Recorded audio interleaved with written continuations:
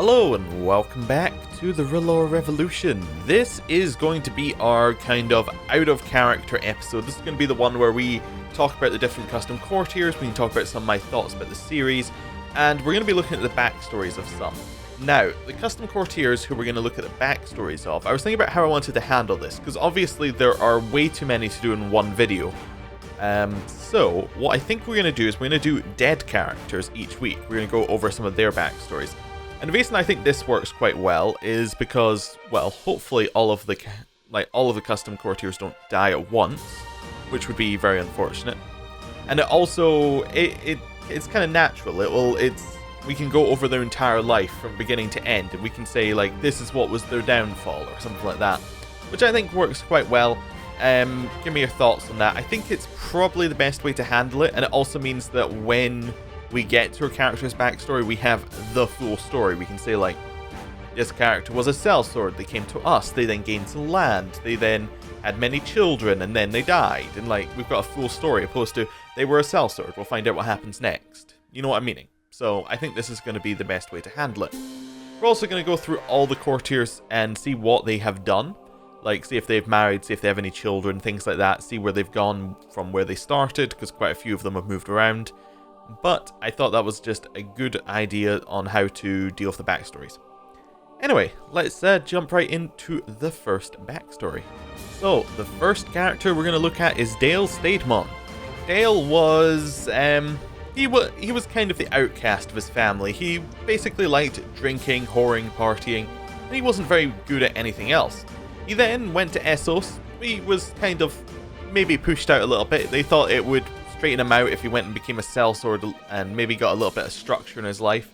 However, the only thing that he found over in Essos was R'hllor, and he just really joined that to fit in. He wanted to be like everyone else, and then when he came back to Westeros, he just didn't feel like converting back to the Seven. He found them quite boring, and the Lord of Light, with all of its fire rituals, was a fairly interesting religion, if nothing else. So, how did he die? Well, Dale died because, well, he was a drunkard, and he didn't really change over his time in Essos. It kind of failed, and he drunk himself to death, basically. Now, he did, however, marry before he died. He married to Lady Rhonda of Mistwood, Rhonda Wagstaff. She wasn't of Mistwood originally, I assume, because he is remarried to Lord Herbert of Mistwood, Herbert Mertens.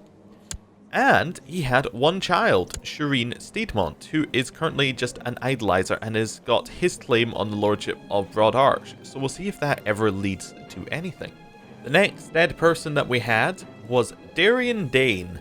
Darien Dane, well, he was basically a landed knight. He held a watchtower, which was once his father's, and he lost it after the local lord who controlled the watchtower saw pyres burning in the tower at night and strange chanting. Darien was a true follower of the Lord of Light from way before this plan ever happened. However, even being a follower of the Lord of Light does not stop you dying from the Grey Plague. And that's what happened to him. He had the plague and that was it. He was gone. Next up we have Luco from Oldtown, who is the bastard brother of Lord Leighton of Oldtown. And he believed in R'hllor because of his mother, who was a beautiful girl from Essos. And he spent most of his life trying to convert his brother and his father over to it. He believed that R'hllor would be best if a civil war was to come out, and he wanted to be on the right side. He believed it would be best for his family, and converting would overall be a good thing. Now, he did fail at converting most of his court. However, there is one remaining Hightower who believes in R'hllor, who will maybe take up his cause. This is Rhys Hightower. But we'll have to wait and see. Last, but certainly not least, we had Arthur Mudd, who was, well, he was a member of the Mudd family who came to us seeking our help in reclaiming the ancestral seat of Oldtown's Duchy of Seaguard and the Kingdom of the Riverlands. And we thought this would be a good opportunity. We thought that keeping him in our court would be a good idea. He would eventually come along and we could press his claim in maybe 10, 20 years and we could take over the Riverlands for him. However, he didn't want to wait 10 or 20 years. He wanted things to happen quicker, and he was willing to kill people to make that happen. So we caught him. in his acts. We caught him before he could enact his plan, and he died. He went into a trial by combat with Josh Strong here, and he lost. He was no match for him at all. Now, he did marry before he died. He married to Marcella. However, Marcella apparently died attending to chamber business. Now, out of character, I have no idea what that means, because this was one added in Reaper's Due, so we'll have to wait and see when that happens again. Maybe that event will happen to us and we'll find out. But yes, Arthur Mudd is very much dead. So, now we're going to look at all of the other characters. We're going to go kind of quickly through this, but we're going to look at where they've gone and see if anything interesting pops out at us. First one we have is Raynar Hester Quidar, who is now a Black Brother, which should be interesting. It'll be interesting to see whether he can take over the Night's Watch. I believe there are some White Walkers around right now. I don't know if they're currently being attacked. It's probably worth checking out. No, there's just a whole bunch of uprisings right now. But if we go to find characters, we can quite easily see that there are... yes, there we go. There are some White Walkers, so this could happen fairly soon. Interesting that the White Walkers can have these negative health traits. Oh, they also have a new trait for themselves. That's cool. Anyway, so we'll see if he helps out against the White Walkers when they eventually come.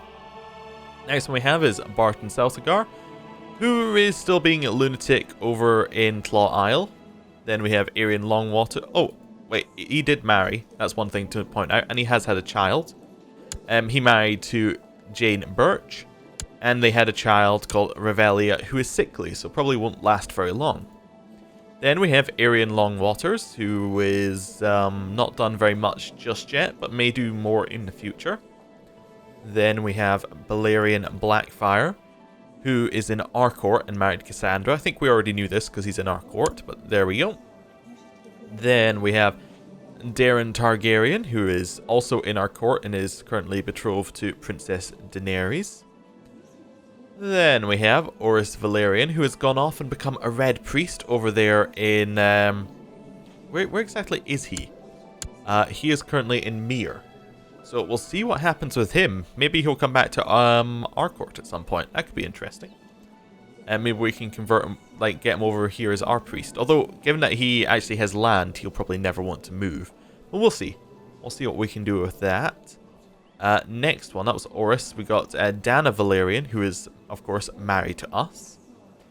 Then we have Quintilian Valerian, who is married to Roslyn, who is not very special. But maybe they'll have children at some point.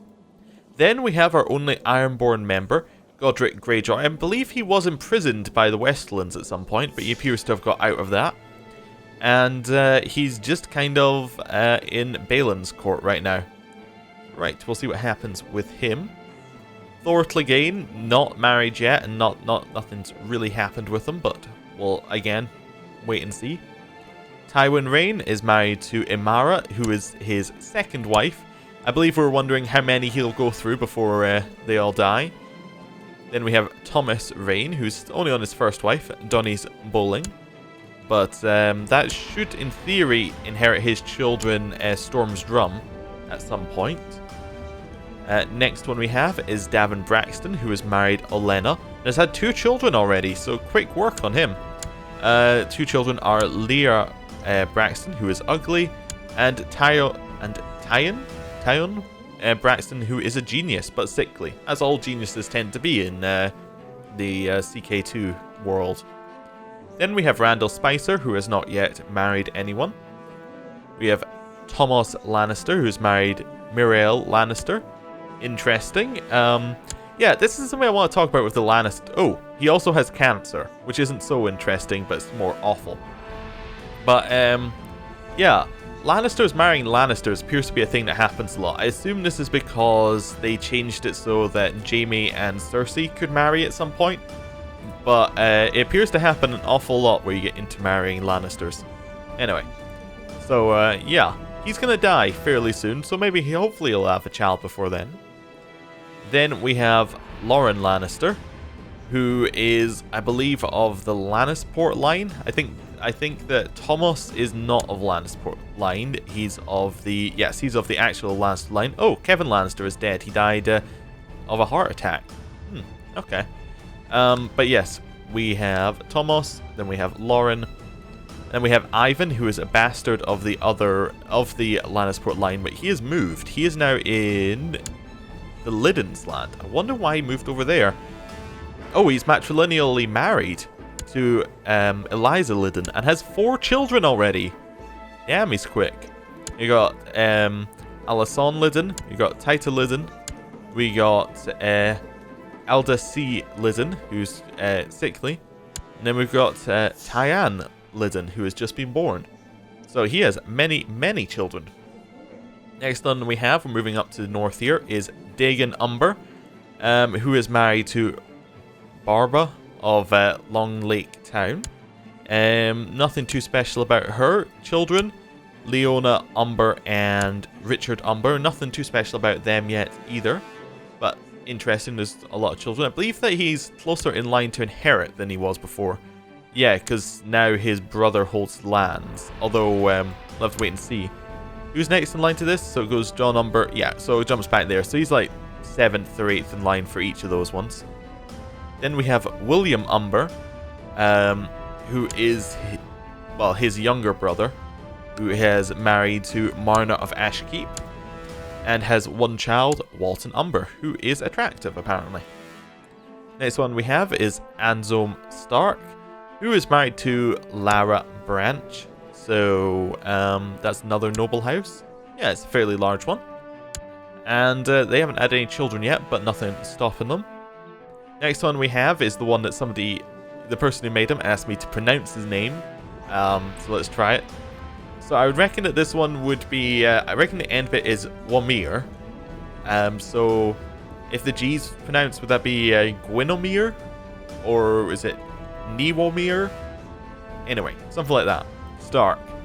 Who has not yet married, but probably should. I mean, he is the brother to Ned Stark, so that should happen at some point. Next one we have is Brandon Snow, who is in our court and married Pala Ashwood. Okay. Next one we have is Valentine Stark, who is married to Donella. I forget how Valentine fits in. I still can't quite figure it out. Was he a cousin? Yes, he's a cousin of the current Starks. That makes sense. Next one that we have is Torrin Karstark, who is in our court, has not yet married, but probably should. Then we have Aeron Karstark, who is up there in Carhold. He's married to Shira. And has become a knight. I don't think he was a knight at the start. I'm definitely sure I'm almost certain he wasn't a knight at the start, because that's him got 5 trait. Yeah, he must have become a knight at some point. And Branda Karstark is his child, who is a genius, who is not sickly. Fantastic. Good for him. Then we have Adam Mormont, who is married to Irena. Now, he definitely has some new traits somewhere in here. Because I don't think he was chosen by R'hllor at the start, or he wasn't ambitious at the start. One of those two is new. I think it's chosen by R'hllor as new, so that's interesting. We'll see what happens there.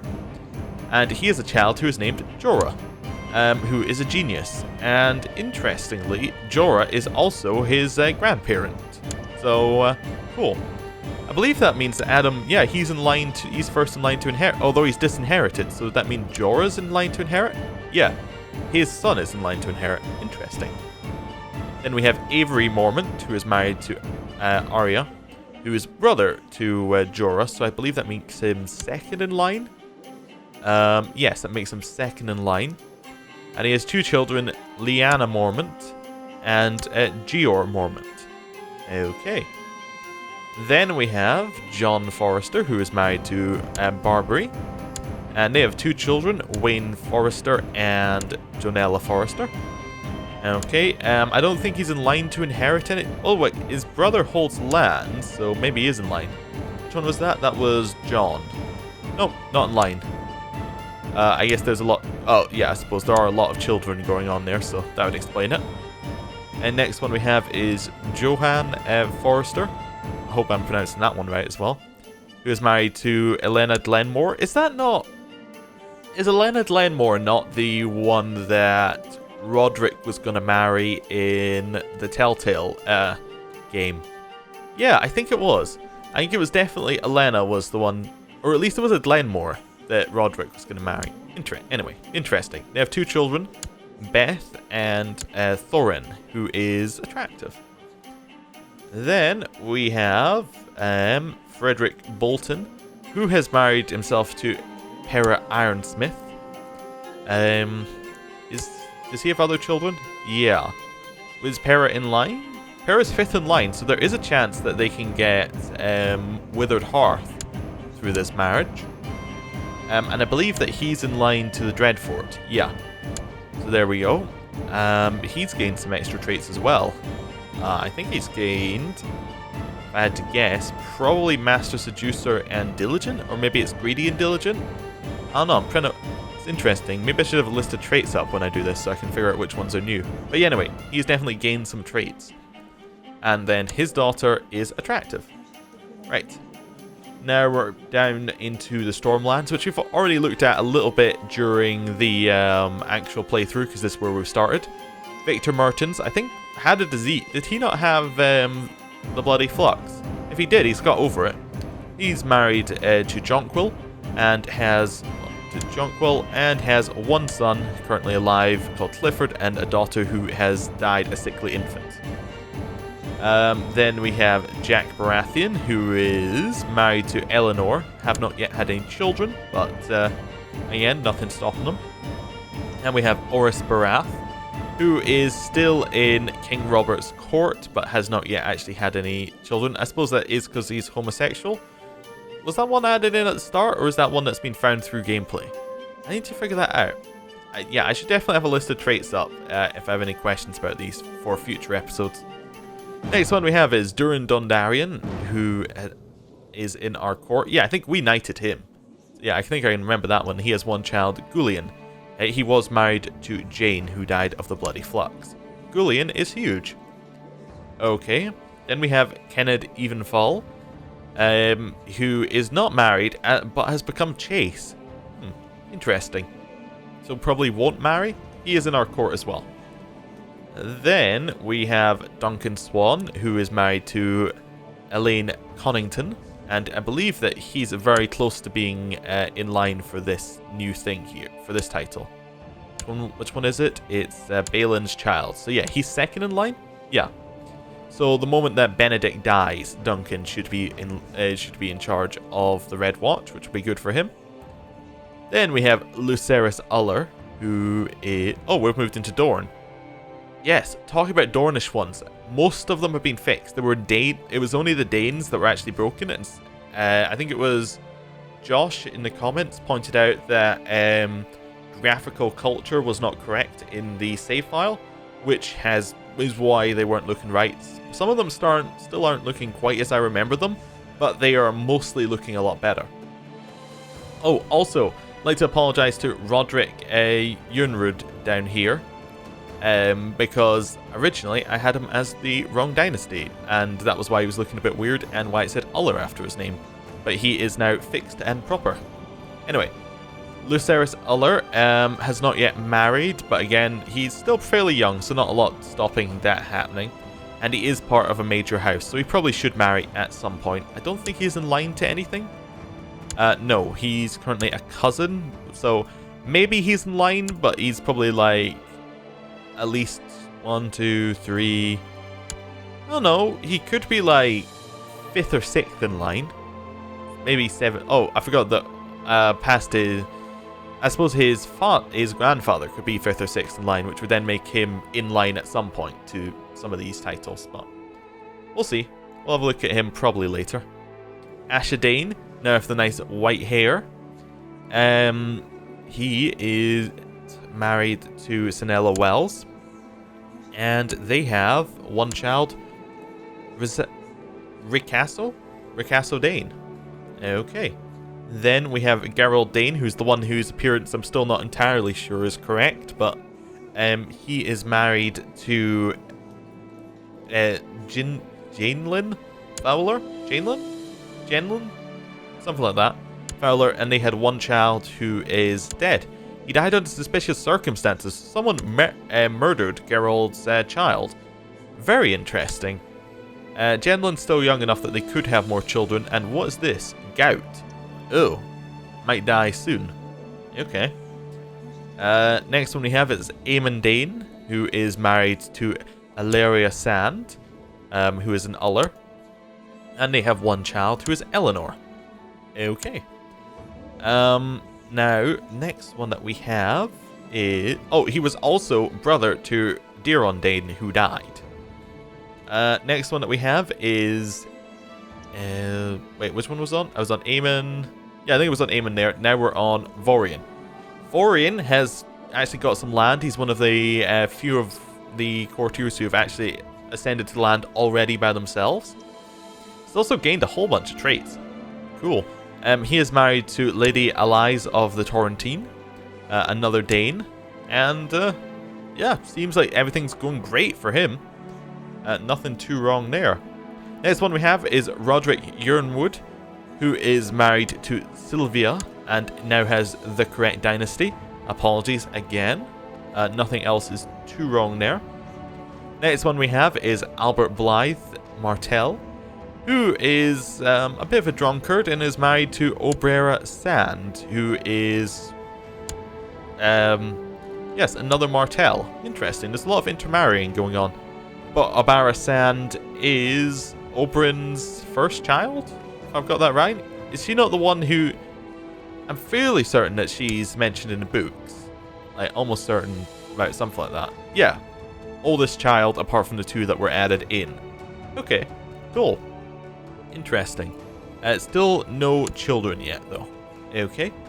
Next one is Samuel Bloodcat, who is now Oberyn's actual... that is his first son. And he married to Fryn. Okay. And they had one child who is Ashara Bloodcat, who is dead. She died stillborn. Next one we have is Isos, his brother, who has not married, but that is not unexpected, given that he has this trait. Next one we have is Jack Tully, who is married to Tyrene Sand, so another Martell, another one of Oberyn's bastards. And I believe he's heir to the Trident, apparently. Yeah, cool. He's also apparently hand of the King of the Trident, although the Trident isn't actually a kingship. So yeah, I think that means he's Seneschal or Castellan, one or the other. Yeah, so he could get quite a lot of land. That could mean that the Riverlands go to him very soon. We will definitely see, though. Oh, and Edmure was given Harrenhal. Interesting. That's not a custom courtier, but still interesting to look at. Next one we have is Toby Tully, who is married to Jolthine Malister. Okay. But is not quite in line to anything. He is the son of Brian Blackfish. So if Brian Blackfish had won his little revolt that he had going, in fact, he's still in the revolt, so it could still happen, although Hoster is 92% is in favor of him winning, and they only has 300 men left. But if that had gone right, that would have meant that Toby Tully would have been in line to the lands instead. Next one we have are the Blackwoods. We have Lucas Blackwood, who is not yet married.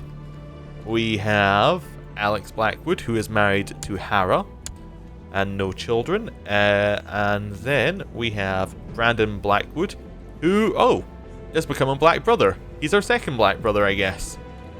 Interesting. I wonder if he just had an event that set him up there, or whether something else set him up there. He is depressed. I wonder whether he had a plot or something go wrong and send him up there. Interesting. Next one we have is Anders River, who has... Anders Rivers, surprisingly difficult to say, who has married to Jane Rivers, who is a Frey. Now, I believe, it does say Miller here, but I think Miller's a random name, because, yes, he was also a Blackwood, but has decided to take on the name Miller. Interesting. And they had one child who was Aldacy Miller, who died stillborn.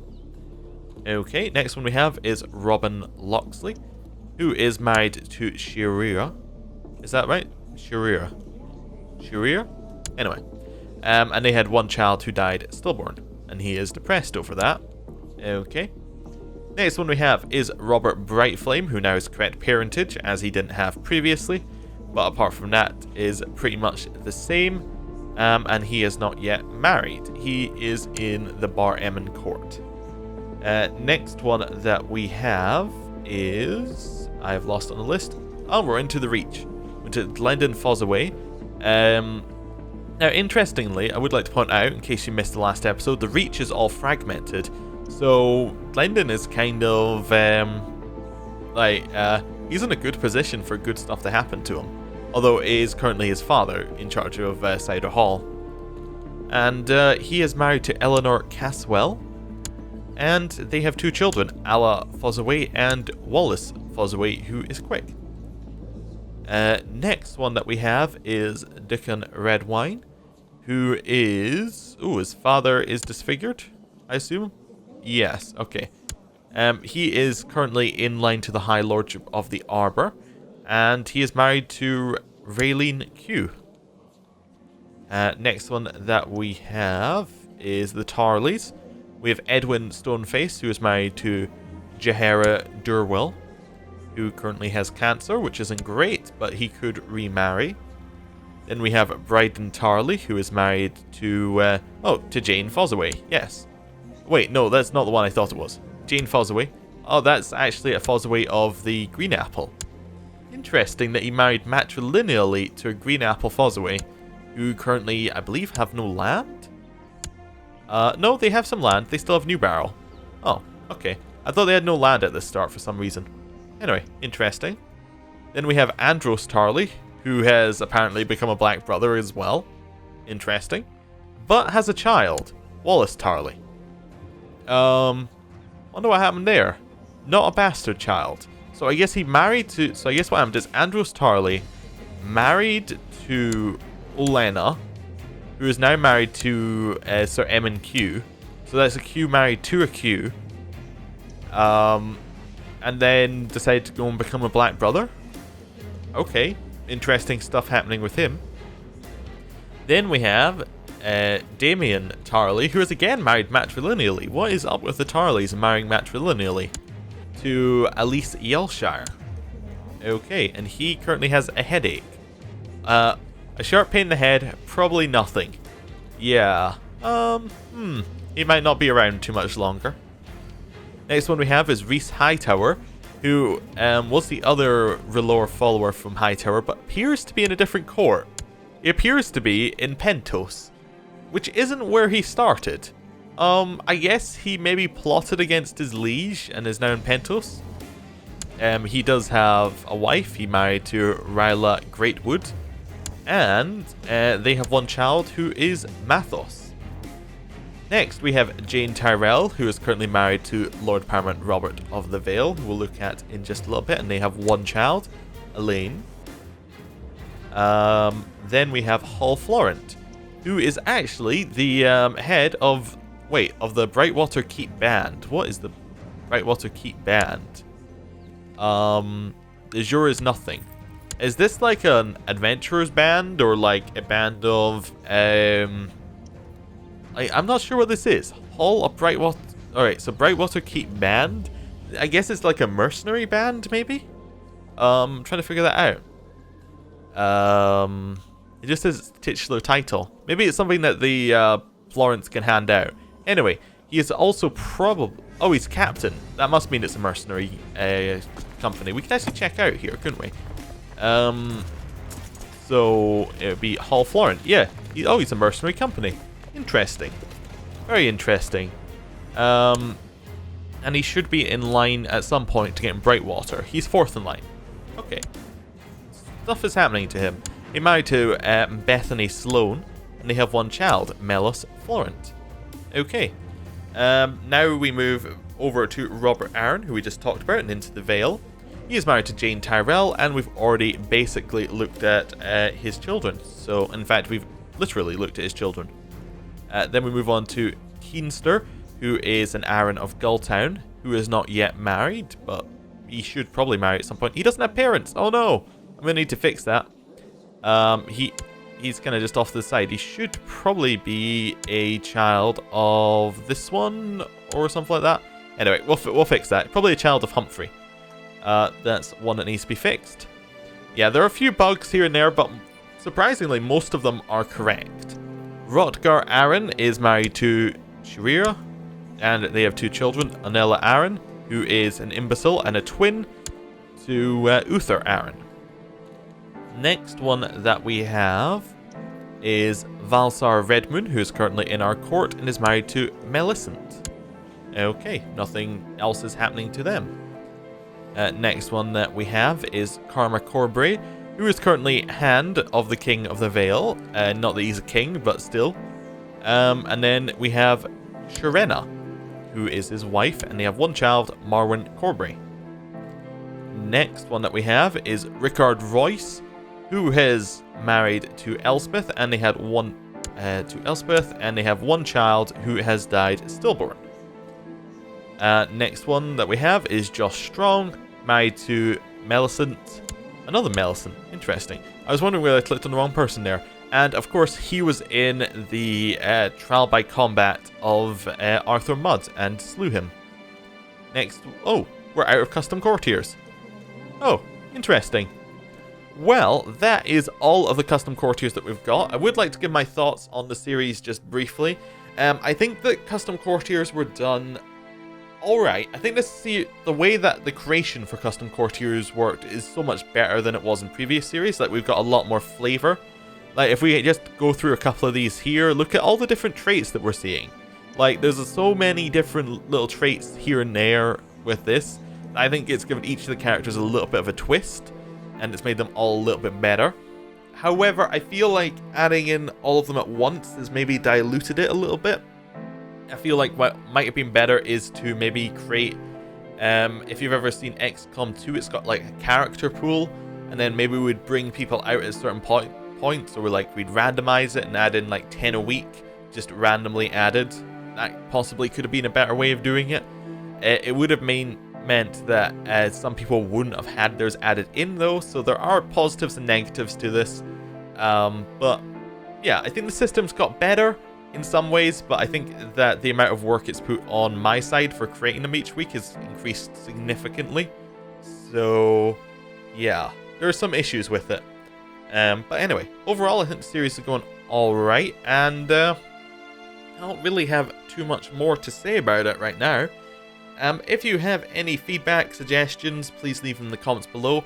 I don't think we're going to go through all the characters in as much detail next week, although we are going to have like another 20 of them. But I still think that this is probably the best way to do it. And again, if we went over the backstories of each of them, it's already been like a 40-minute episode.